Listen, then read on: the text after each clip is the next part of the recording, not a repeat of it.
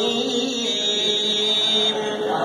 وقال الذين كفروا لا تسمعوا لهذا القرآن والغوا فيه لعلكم تغلبون.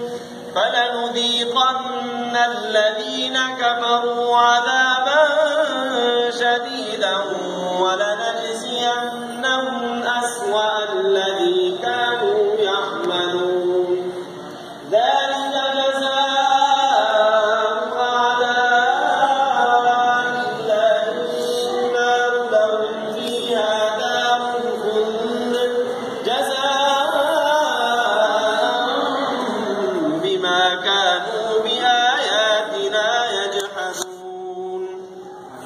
ما شاء الله. وقال الذين كفروا ربنا أرنا الذين أضلانا من الجن والإنس نجعلهما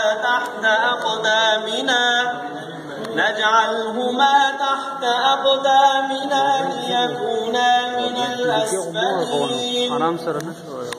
إن الذين قالوا ربنا الله ثم استقاموا تتنزل عليهم الملائكة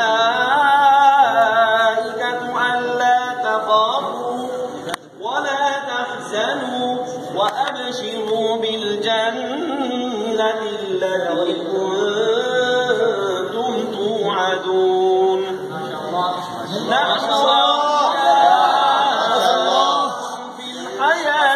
الدنيا وفي الآخرة ولكم فيها ما تشتهي أنفسكم ولكم فيها ما تدعون نزلا من غفور رحيم.